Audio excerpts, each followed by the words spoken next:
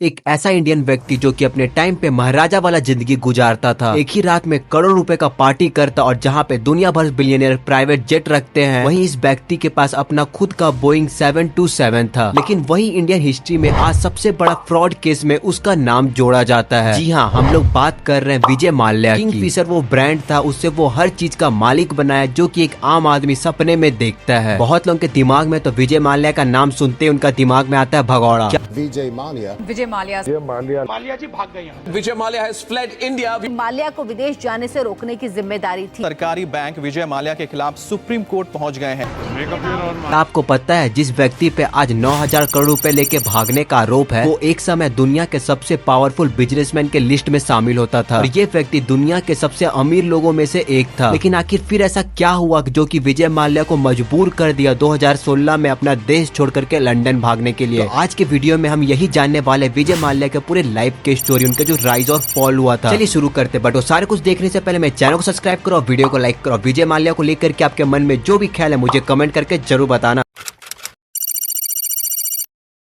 ये 1955 में विजय माल्या का जन्म एक रईस फैमिली में हुआ और बचपन से उन्होंने अपने लाइफ में बस पैसा ही पैसा देखा। फादर विट्ठल माल्या के पास पैसे की कोई भी कमी नहीं थी क्योंकि इंडिया का ज्यादातर के लिकर इंडस्ट्री पे उन्हीं का कंट्रोल था। वो यूनाइटेड ब्यूरी के डायरेक्टर और सबसे बड़े शेयर होल्डर थे। उनके बिजनेस नेचर के वजह से उन्हें मुल्क में अच्छे नजरों से नहीं देखा जाता था। वो मीडिया से काफी ज्यादा दूर रहते थे और ऐसा कहा जाता है जब मीडिया पे उनके खिलाफ न्यूज चलने वाला रहता था तो मीडिया को पैसे दे करके पहले ही चुप करवा देते थे। विजय माल्या उनका इकलौता बेटा था और वो बचपन से एकदम महाराजा जैसा जिंदगी गुजारता था। बट उनके शौक बचपन से ही बहुत ही ज्यादा अलग था। उन्हें गाड़ियों में बहुत ही ज्यादा इंटरेस्ट था और जिस वक्त इंडिया में बच्चे लट्टू और कंचे से खेलते थे, उस time Vijay Mallya remote control गाड़ियों से खेलते थे। उनके फादर कभी उन्हें समझाए ही नहीं। इसका जैसे वो बड़ा हुआ तो उन्हें असली वालों कार का भी बहुत ही ज्यादा शौक हो गया। विजय माल्या 250 से ज्यादा विंटेज कार कलेक्शन रखे थे और 200 से ज्यादा घोड़े का कलेक्शन बस अपने शौक के लिए रखे थे। बट ये शौक उनके फादर विट्ठल माल्या को एकदम भी पसंद नहीं था। उन्हें ऐसा लगता था कि इतना शौक पालने वाला इंसान कभी भी एक अच्छा बिजनेसमैन नहीं बन सकता है। 1982 में विजय माल्या ने इंडियन ग्रैंड प्रिक्स का अवार्ड जीता, ट्रॉफी अपने नाम करके नेशनल चैंपियन बन गए। उनका शौक अभी नेक्स्ट लेवल जाने ही वाला था। उनके लाइफ में एक ऐसा ट्रेजेडी हो गया, इसका उनका ट्रैक हमेशा हमेशा के लिए बदल गया। विट्ठल माल्या का अचानक से हार्ट अटैक से मौत हो गई और उस टाइम विजय माल्या बस 28 साल के ही थे और यही चीज उनकी पूरी जिंदगी को बदल दी। जिस उम्र में वो एकदम ऐसो आराम से जी रहे थे, उसी टाइम अचानक से उन्हें अपने फादर के सारे एम्पायर संभालने का जिम्मेवारी आ जाता है। कई करीबों लोगों का ऐसा भी मानना था कि ये महाराजा जैसा जिंदगी जीना जानता है तो इतना बड़ा एम्पायर वो नहीं संभाल पाएगा। लेकिन जैसा सोचा गया विजय माल्या ने बिल्कुल उसका उलट किया।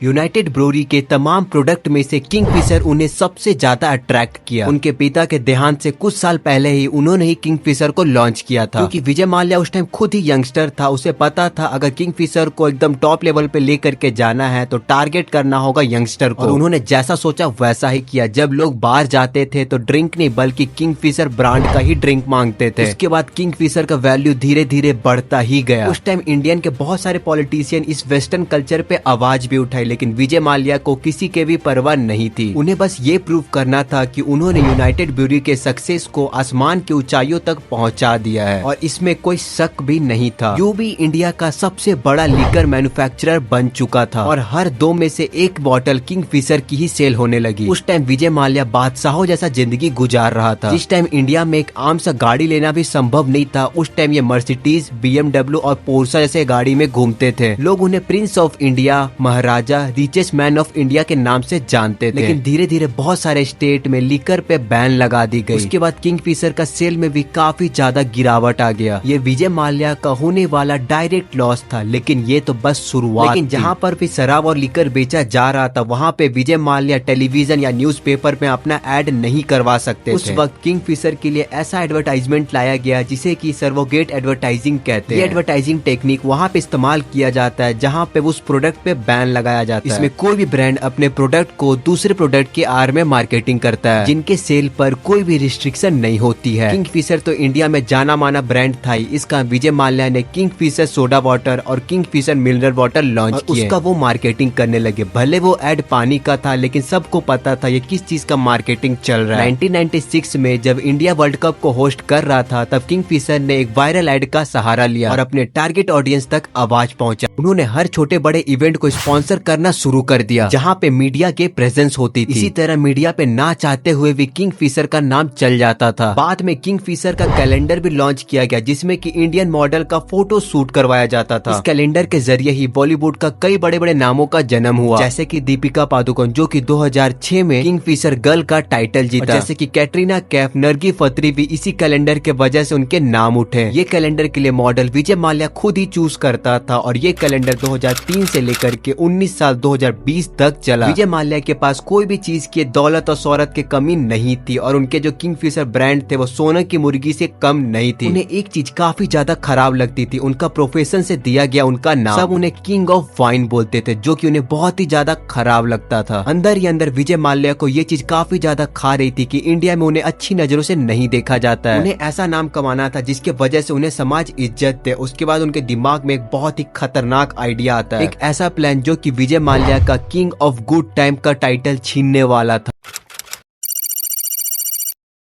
2004 में विजय माल्या ने 12 एयरबस A320 खरीदा, जिसके वैल्यू $240 मिलियन थी और किंगफिशर के नाम से ही एक लग्जरी एयरलाइन के अनाउंसमेंट कर डाली। वो आम आदमी का फ्लाइंग एक्सपीरियंस को अपग्रेड करना चाहता था। ऐसा बताया गया था कि वो फ्लाइट अटेंडेंट नहीं बल्कि मॉडल हायर करते हैं। एयरलाइन को लॉन्च करने के लिए एक बहुत ही ग्रैंड इवेंट ऑर्गेनाइज किया गया, जो कि बहुत सारे मुल्क से बहुत बड़े बड़े लोगों को बुलाया गया था। वो अपने बेटे के 18th बर्थडे पे किंगफिशर एयरलाइन को लॉन्च किया गया। इनकी ये लॉन्चिंग के टेक्निक के वजह से किंगफिशर दुनिया भर में एकदम मशहूर हो गया। इस फ्लाइट में इतनी लग्जरी सर्विसेज दी गई जो कि इस बजट में कोई और एयरलाइंस नहीं अफोर्ड कर पाती। देखते ही देखते किंगफिशर ने भारत की एयरलाइन को एकदम बदल करके रख दिया। विजय माल्या एयरलाइन पे एकदम पैसा पानी की तरह उड़ाते थे। एक दिन विजय माल्या को एयरबस के फैक्ट्री टूर पे सेल्स टीम ने विजय माल्या को घेर लिया और ऐसी ऐसी चीजें दिखाई। उसी दिन विजय माल्या ने उनसे $1 अरब के नए जहाज खरीद लिए। मामला बजट से हट करके प्रीमियम एयरलाइन की तरफ जाने लगा, कि मार्केट की डिमांड नहीं थी, क्योंकि ज्यादा करके ट्रैवलर कम बजट में ही ट्रैवल करना चाहते थे। पहले जहाँ किंगफिशर में कोई भी क्लासेस नहीं थी, वहीं पे अब एक क्लास लॉन्च किया गया। उन्हें लग्जरी सीटिंग दिया जाता था और खाना ऐसा जो कि शायद कभी भी पहले इंडियन ऐसा नहीं खाए होंगे। नई क्लास को लॉन्च करने के वजह से और इतने सारे प्लेन को खरीदने के वजह से उनके ऑपरेशनल कॉस्ट काफी ज्यादा बढ़ गई। ज्यादा ग्राउंड स्टाफ और एक्स्ट्रा फ्लाइट अटेंडर हायर की गई और लग्जरी क्लास का उतना डिमांड भी नहीं था। इसका सेल्स पे कोई भी फर्क नहीं पड़ा। इसके वजह से किंगफिशर को 18 महीने में 347 करोड़ का लॉस हुआ। विजय माल्या के लिए ये मामूली चीज थी। उसके बाद भी उन्होंने किंगफिशर एयरलाइन पे एकदम अंधाधुंध पैसा लगाते ही गए। पहले बस डोमेस्टिक फ्लाइट ही चलाती थी और विजय माल्या को इंटरनेशनल फ्लाइट लॉन्च करने की बहुत ही ज्यादा मन थी। लेकिन यहाँ पे एक प्रॉब्लम आ रही थी। प्रॉब्लम ये थी कि तब तक वो इंटरनेशनल फ्लाइट लॉन्च नहीं कर सकता जब तक उन्हें डोमेस्टिक फ्लाइट में 5 साल का एक्सपीरियंस ना हो जाए। विजय माल्या ने जल्दी के चक्कर में एयर डेकन नाम का एक एयरलाइन को खरीद ली। सबसे पहला तो ये सौदा काफी ज्यादा महंगा था और दूसरा ये जो सौदा था वो बैंक से लिया गया लोन से हुआ था। उनका प्लान काफी ज्यादा सिंपल था, बैंक से लोन लो, एयरलाइन पे लगा और प्रॉफिट होने के बाद बैंक से रिटर्न कर दो। कहने में तो ये बहुत ही सिंपल सी थी, लेकिन सबसे बड़ा कंडीशन तो इसे रिटर्न करने में थी। खैर अब इंटरनेशनल फ्लाइट किंगफिशर बन चुकी थी और पैसेंजर भी काफी ज्यादा खुश थे, लेकिन अंदर ही अंदर किंगफिशर एयरलाइन कर्जों के नीचे डूबता ही चला गया।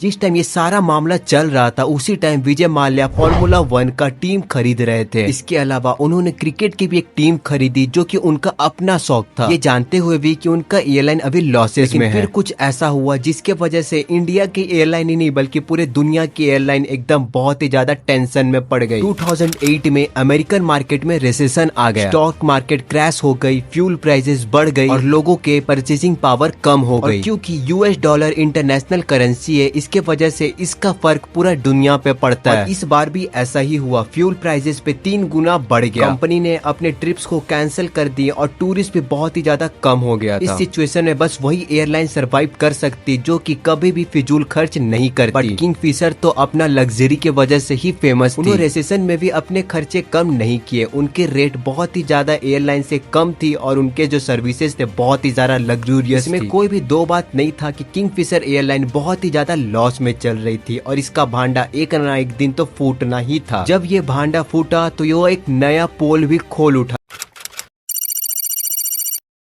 12 सितंबर 2011 को कैनेडियन रिसर्च की तरफ से एक रिपोर्ट पब्लिश हुआ। इसका टाइटल था पाई इन द स्काई। इस रिपोर्ट में जो भी चीज पब्लिश किया गया था वो सारे किंगफिशर के काले चिट्टे को खोल डाले थे। असल में एडिटर फर्मी ने इस रिसर्च में देखा जिस वक्त बहुत सारे एयरलाइन लॉसेस में जा रही है उस वक्त किंगफिशर की एयरलाइन एकदम खाली जा रही है लेकिन फिर भी एकदम लग्जरी कम नहीं हो रही है। जब उनको इस सब चीज पे डाउट हुआ तो उन्होंने जांच पड़ताल शुरू कर दी। रिसर्च करने के बाद पता चला कि किंगफिशर का जो खर्चा था उनका सेल से भी बहुत ही ज्यादा था। और ये तो सबसे ज्यादा इंटरेस्टिंग तब बन गया जब ये पता चला कि ये सारे लोन के पैसे हैं जो कि किंगफिशर ने अलग अलग बैंक से ली है। अक्टूबर 2009 में IDBI जो कि एक पब्लिक बैंक है उन्होंने विजय माल्या को $200 मिलियन का लोन दिया। पहले तो लोन देने से पहले ये देखा जाता है जिसे लोन दिया जा रहा है वो क्या वाकई में लोन चुका पाएगा या नहीं, जिसके लिए वो कुछ श्योरिटी भी रखते हैं। लेकिन विजय माल्या ने सब फेक डॉक्यूमेंट दिखा करके बैंक को इतना बता दिया कि आगे वाले टाइम में वो ये सब चीज को चुका देंगे। उस टाइम पे विजय माल्या और किंगफिशर का बहुत ही बड़ा नाम था। इस कारण ने बैंक ने बिना कुछ जांच पड़ताल किए ही इनको लोन प्रोवाइड कर दिया जो कि बैंक का बहुत ही बड़ा गलती था। किंगफिशर ने 2009 और 2010 में जितने भी खर्च किए थे या फिर वो लोन लेकर के किए थे या फिर क्रेडिट पे सर्विस लेकर के, जिसका फिगर $7 अरब तक रिकॉर्ड किया गया। वेरिडास की इस रिपोर्ट ने भारत में पूरे तहलका सा मचा दिया था क्योंकि इसमें साफ साफ लिखा था कि किंगफिशर दिवालिया होने के करीब है। इस रिपोर्ट के बाद किंगफिशर को क्रेडिट पे फ्यूल मिलना बंद हो गया और तो और नौबत यहाँ तक आ पहुंची कैटरिंग सर्विस जो कि पैसेंजर को बहुत ही अच्छे खाना प्रोवाइड करती थी, उन्हें भी कई महीने से उन्हें सैलरी नहीं मिल रही थी। ये किंगफिशर और विजय माल्या के लिए काफी हार्ड टाइम। इस टाइम पे फ्लाइट में पैसेंजर के लिए खाना भी कम पड़ने लगा और ऐसा भी नौबत आ गया कि फ्लाइट अटेंडर अपना खाना उन्हें परोसने लगे। उसके बाद वो दिन भी आ गया जब किंगफिशर के स्टाफ के सैलरी भी बंद हो गई। उन्हें उम्मीद दिखाई गई कि कंपनी जल्दी से नुकसान को फुलफिल करके सबको सैलरी देगी। ऐसे ही करते करते 6 महीने गुजर गए लेकिन किसी को $1 तक नहीं मिली। उसके बाद स्टाफ सब प्रोटेस्ट करने लगे लेकिन उसके बावजूद भी उन्हें कुछ नहीं मिली। अफसोस की बात यह है जब 900 एम्प्लॉय को सैलरी नहीं मिली थी उस वक्त भी विजय माल्या एक फॉर्मूला 1 टीम और एक क्रिकेट की टीम को चला रहे थे। उस टाइम किंगफिशर के पास पैसे नहीं थे लेकिन विजय माल्या के पास थे। उनके लाइफस्टाइल में कोई भी चेंजेस नहीं आए। इसी वक्त मुंबई के इनकम टैक्स डिपार्टमेंट ने 2 किंगफिशर बैंक अकाउंट को फ्रीज कर दिए। 2012 में किंगफिशर के आधे से ज्यादा जहाज क्राउन हो गए। ये अपना टॉप इंडियन एयरलाइन का टाइटल भी खो बैठे। अक्टूबर 2012 में डायरेक्ट जनरल सिविल एविएशन ने किंगफिशर का लाइसेंस सस्पेंड कर दिया और ये किंगफिशर एयरलाइन का आखिरी दिन था। विजय माल्या ने 17 इंडियन बैंक से टोटल 9,000 करोड़ का लोन लिया था। लोन वापस ना मिलने के बाद बैंकों ने विजय माल्या पे केस फाइल किया। इसमें बताया गया कि विजय माल्या एक विलफुल डिफॉल्टर है। वो जानबूझ के उस टाइम लोन लिए जब उनको पता था कि उनका एयरलाइन डूब रहा है। इस सारी चीज को लेकर के CBI इन्फो डायरेक्टरी भी इंक्वायरी की। इसके इंक्वायरी के बाद ये पता चला कि जब विजय माल्या लोन ले रहे थे तो वो फेक डॉक्यूमेंट से लोन ले रहे थे। और उसी इंक्वायरी में ये भी पता चलता है जो किंगफिशर को लोन लिया गया था उसे बचाने के लिए वो यूवी के दूसरे कंपनी के लिए और अपने लग्जरी के लिए लिए गए थे। ये सब तो एक बात हो गया। दूसरी बात तब होती है और लोग तब उनका खून खोलता है जब 68 बर्थडे पे विजय माल्या गोवा में इसमें क्यों बड़े शान के साथ अपने बर्थडे को सेलिब्रेट किया और बड़े बड़े सिंगर भी आए। अगर वो ये पार्टी नहीं करता तो कम से कम अपने एम्प्लॉय के 6 महीने के सैलरी दे सकता था। जब विजय माल्या पे लीगल कार्रवाई शुरू हुआ तो तुरंत से इंडिया छोड़ करके यूके चला गया। इंडियन अथॉरिटी ने उनके पासपोर्ट को कैंसिल कर दिया और उनके खिलाफ एक्सट्रेडिशन के लिए यूके गवर्नमेंट को लेटर भी सेंड कर दिया। इंडियन गवर्नमेंट चाह रही थी कि उन्हें वापस इंडिया लाया जाए ताकि उनका ट्रायल इंडिया में हो सके। यूके का कोर्ट में ये केस काफी लंबा चला पर 2018 में यूके कोर्ट ने डिसाइड किया कि विजय माल्या को इंडिया वापस भेजा जाए। इसके बाद विजय माल्या ने यूके कोर्ट के फैसले के अगेंस्ट अपील की। दूसरी तरफ इंडिया में विजय माल्या के खिलाफ इंसॉल्वेंसी इंसॉल्वेंसी के केस चल रहे थे और उसके भी जजमेंट आ चुकी थी, तहत उनके सारे प्रॉपर्टी को सीज करने का ऑर्डर दिया गया। ईडी ने विजय माल्या के सारे नेशनल और इंटरनेशनल प्रॉपर्टी को सीज कर दिया ताकि बैंक को रिकवरी की जा सके। माल्या के लग्जरी कार, बंगलोज और यूवी के शेयर को ऑप्शन में रखा गया। विजय माल्या ने कई बार इंडियन कोर्ट और बैंकों से सेटलमेंट करने की कोशिश की, लेकिन कोई सक्सेस नहीं मिली। सर के कोलैप्स के बाद पब्लिक इमेज विजय माल्या का काफी ज्यादा खराब बन चुका था। मीडिया और लोग काफी ज्यादा क्रिटिसाइज किया, स्पेशली क्योंकि वो यूके में बहुत ही लग्जरी लाइफ जी रहा था, जहाँ पे इंडिया में उसे कर्जा चुकाने का दबाव अभी तक विजय माल्या की लीगल टीम उन्हें बचाई हुई है, लेकिन इंडिया में आज तक उन्हें वापस लाने की कोशिश की जा रही है। उम्मीद है आपको ये वीडियो जरूर पसंद आया होगा। अगर पसंद आया तो वीडियो को शेयर करना और लाइक करना मत भूलना। थैंक्स, आप पिछले वीडियो में इतना ज्यादा कमेंट में प्यार दिखाएं और ऐसे वीडियो के लिए मेरे चैनल को सब्सक्राइब कर लेना।